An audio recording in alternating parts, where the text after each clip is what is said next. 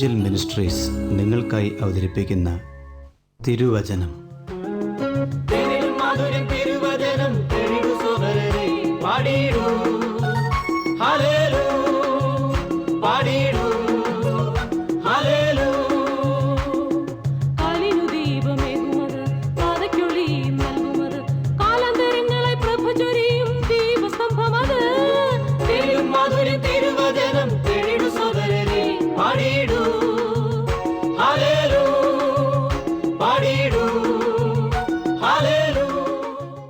ഇന്ന് നമ്മോട് ദൈവവചനത്തിൽ നിന്ന് സംസാരിക്കുന്നത് Suviseshakan James M Thomas Nedumbassery.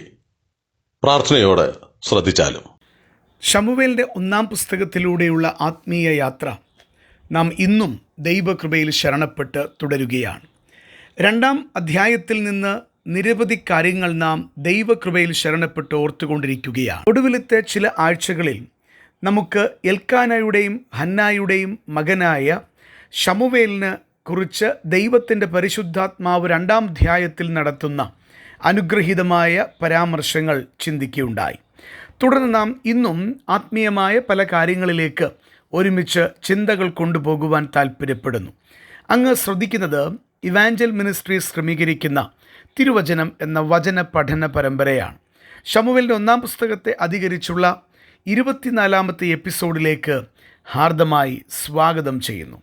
ദൈവം തമ്പുരാൻ ശമൂവേലിനെ ഹന്നായിക്കും എൽക്കാനയ്ക്കും നൽകി.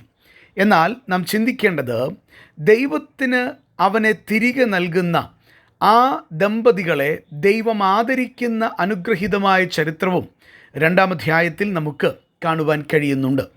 21-ാം വാക്യത്തിലേക്ക് വരുമ്പോൾ നാം ഇങ്ങനെയാണ് വായിക്കുന്നത്: ഹന്ന ഗർഭം ധരിച്ച് 3 പുത്രന്മാരെയും 2 പുത്രിമാരെയും പ്രസവിച്ചു. ശമൂവേൽ ബാലനോ യഹോവയുടെ സന്നിധിയിൽ വളർന്നു വന്നു. പ്രിയപ്പെട്ടവരെ, ദൈവത്തിൻ്റെ സന്നിധിയിൽ ദൈവത്തെ ആദരിച്ച ഹന്നയെയും എൽക്കാനയെയും സ്വർഗത്തിലെ ദൈവം മക്കളെ നൽകി തുടർന്നും അനുഗ്രഹിക്കുന്ന ആദരിക്കുന്ന ചരിത്രമാണ് നമുക്കിവിടെ കാണുവാൻ കഴിയുന്നത്.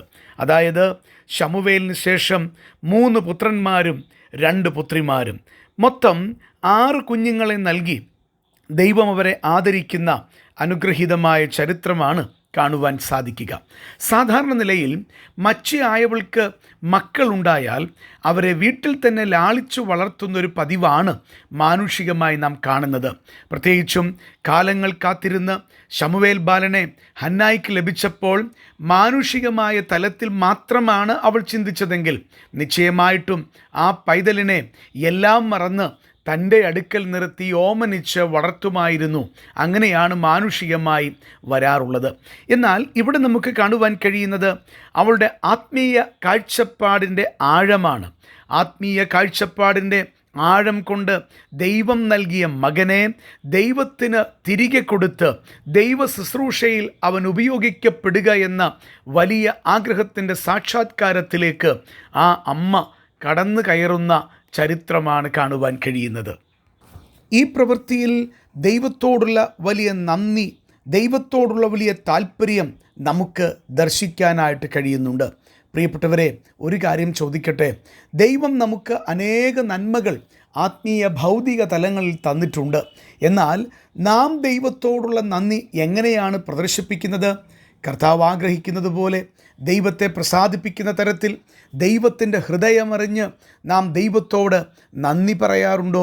നമ്മുടെ ജീവിതത്തിൽ ദൈവം തരുന്ന നന്മകളെ ആ വിശുദ്ധമായ കൽപ്പാദങ്ങളിൽ കൊടുത്ത് കർത്താവെ അങ്ങ് ഉപയോഗിക്കണമേ എന്ന് പറയാനായിട്ട് നമുക്ക് സാധിക്കുന്നുണ്ടോ? ഇവിടെ ഇതാ എൽക്കാനയുടെയും ഹന്നായുടെയും ജീവിതത്തിൽ ശമൂവേൽ എന്ന മകനോട് ബന്ധപ്പെട്ട് നമുക്കത് കാണുവാൻ കഴിയുകയാണ്. ദൈവസന്നിധിയിൽ അവനെ ജീവപര്യന്തം യഹോവയുടെ ശുശ്രൂഷയ്ക്കായി നിവേദിക്കുന്ന മാതാപിതാക്കന്മാർ. അവർ ദൈവസന്നിധിയിൽ പറഞ്ഞ വാക്ക് തെറ്റിച്ചില്ല. അവർ ദൈവത്തോട് പറഞ്ഞ ആ വാക്ക് അവർ പാലിക്കുന്ന അനുഗ്രഹീതമായ ചരിത്രം. ശ്രദ്ധിക്കുന്ന പ്രിയപ്പെട്ടവരോട് ഞാൻ ചോദിക്കട്ടെ, ദൈവത്തോട് നാം പറഞ്ഞിട്ടുള്ള കാര്യങ്ങൾ ദൈവസന്നിധിയിൽ നാം നിർവഹിച്ചിട്ടുണ്ടോ? അത് ചിന്തിക്കാനായിട്ട് നമുക്ക് ഈ സമയം വേർതിരിക്കേണ്ടെന്ന ആവശ്യമുണ്ട്. ദൈവത്തിൻ്റെ സന്നിധിയിൽ യഹോവയെ ശുശ്രൂഷിപ്പാൻ കൊടുത്ത ഈ മാതാപിതാക്കന്മാരെ ദൈവം ആദരിക്കാതിരിക്കുമോ ഒരിക്കലും ദൈവം ആദരിക്കാതിരിക്കയില്ല. അവിടുത്തെ നാമത്തിൻ്റെ മഹത്വത്തിനു വേണ്ടി നിലപാടുകൾ എടുക്കുന്ന, അവിടുത്തെ നാമത്തിൻ്റെ മഹത്വത്തിനായി പ്രവർത്തിക്കുന്ന, ദൈവനാമത്തെ ലക്ഷ്യമാക്കുന്ന ആ കുടുംബങ്ങളെ, വ്യക്തികളെ ആദരിക്കുന്നൊരു ദൈവമാണ് വിശുദ്ധ വേദപുസ്തകം പഠിപ്പിക്കുന്ന ദൈവമെന്ന് പറയുന്നത്. പ്രിയപ്പെട്ടവരെ, ഇവിടെ നൽകപ്പെടുന്ന ആത്മീയ പാഠം നമ്മുടെ ഹൃദയത്തിൽ ചേർത്ത് വയ്ക്കാനായിട്ട് സാധിക്കണം. ദൈവത്തെ ആദരിക്കുക. ദൈവത്തെ ആദരിക്കുന്നവരെ ദൈവം ആദരിക്കും. ഇത് തീർച്ചയായിട്ടും ദൈവസന്നിധിയിൽ നാം മനസ്സിലാക്കി മുന്നോട്ട് പോകേണ്ടുന്ന ഏറ്റവും പ്രധാനപ്പെട്ട വിഷയമാണ്. എന്നെ ശ്രദ്ധിക്കുന്ന എല്ലാ പ്രിയപ്പെട്ടവരോടും ഞാൻ ചോദിക്കട്ടെ, ദൈവത്തെ ആദരിക്കുവാനുള്ള ഏറ്റവും പ്രധാനവുമായിട്ടുള്ള ആദ്യത്തെ പടി എന്താണ്?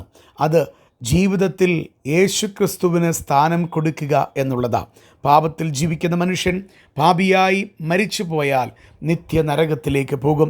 അത് ദൈവത്തോടുള്ള അനാദരവ് കൂടെയാണ്. കാരണം എല്ലാ മനുഷ്യനെയും രക്ഷിക്കുവാനാണ് കർത്താവായ യേശുക്രിസ്തു കാൽവറിയുടെ ക്രൂശിൽ അവിടുത്തെ പ്രാണൻ നൽകിയത് എന്നുള്ളത് വിശുദ്ധ ബൈബിൾ പഠിപ്പിക്കുന്ന അനുഗ്രഹീതമായ സത്യമാണ്. അതുകൊണ്ടാണ് എബ്രായ ലേഖനത്തിൽ ചോദിക്കുന്നത്, ഇത്ര വലിയ രക്ഷ ഗണ്യമാക്കാതെ പോയാൽ എങ്ങനെ തെറ്റിയൊഴിയും? സ്വർഗത്തിലെ ദൈവം മനുഷ്യന് നൽകിയ യേശുക്രിസ്തുവിൻ്റെ കാൽവറി ക്രൂശിലെ വീണ്ടെടുപ്പ്, ആ പ്രായശ്ചിത്ത മരണം എൻ്റെ പേർക്കാണ് എന്ന് ഏറ്റെടുത്തുകൊണ്ട് ദൈവപുത്രനെ ഹൃദയത്തിലേക്ക് സ്വീകരിക്കുമ്പോൾ ദൈവത്തെ ആദരിക്കുന്നതിൻ്റെ ആദ്യ പടിയിലേക്ക്, പ്രഥമമായ വിഷയത്തിലേക്ക് ഒരു വ്യക്തി കടക്കുകയാണ്. അങ്ങയുടെ ജീവിതത്തിൽ ദൈവമുണ്ടോ? അങ്ങയുടെ ജീവിതത്തിൽ പാപപരിഹാരം വന്നിട്ടുണ്ടോ? അങ്ങ് ദൈവത്തെ ആദരിക്കുവാൻ ആഗ്രഹിക്കുന്നുണ്ടെങ്കിൽ കർത്താവിനെ ഹൃദയത്തിലേക്ക് സ്വീകരിക്കാനായിട്ട് സാധിക്കണം. ഓരോ ദൈവ പൈതലും തുടർന്ന് പറയുന്ന വാക്ക് ഒന്ന് കേൾക്കേണ്ടതായിട്ടുണ്ട്, ഹൃദയത്തിൽ ഏറ്റെടുക്കേണ്ടതായിട്ടുണ്ട്. അങ്ങയുടെ ജീവിതത്തിൽ ദൈവം തന്ന അനുഗ്രഹങ്ങൾ ദൈവനാമത്തിൻ്റെ മഹത്വത്തിനായിട്ട് സമർപ്പിക്കുന്ന അനുഭവമാണോ അങ്ങേക്കുള്ളത്? അതോ വെറുതെ എങ്ങനെയെങ്കിലുമൊക്കെ മുന്നോട്ട് പോകാമെന്ന ചിന്തയിൽ അത്തരത്തിലാണ് മുന്നോട്ട് പോകുന്നതെങ്കിൽ ദൈവത്തിന് പ്രസാദമുണ്ടാകുകയില്ല എന്നുള്ളത് മറക്കുവാൻ പാടില്ലാത്ത വിഷയമാണ്. ഈ സമയം ഹൃദയങ്ങളെ പരിശോധിക്കുവാൻ, ജീവിതങ്ങളെ പരിശോധിക്കുവാൻ, ദൈവമുൻപാകെ ശരിയായ തീരുമാനങ്ങൾ എടുപ്പാൻ കർത്താവ് കൃപ ചെയ്യട്ടെ എന്ന് പ്രാർത്ഥിച്ചുകൊണ്ട് വാക്കുകൾ നിർത്തുന്നു. ദൈവം തമ്പുരാൻ അങ്ങയെ അനുഗ്രഹിക്കട്ടെ. ഈ സന്ദേശം ശ്രദ്ധിച്ച എല്ലാ പ്രിയപ്പെട്ടവർക്കും കർത്തൃനാമത്തിൽ നന്ദി. ബൈബിൾ കറസ്പോണ്ടൻസ് കോഴ്സിൽ ചേർന്ന് പഠിക്കുവാൻ ആഗ്രഹിക്കുന്നവർ മേൽവിലാസം അയച്ചു തന്നാലും പ്രാർത്ഥനാ വിഷയങ്ങളും അറിയിക്കുമല്ലോ.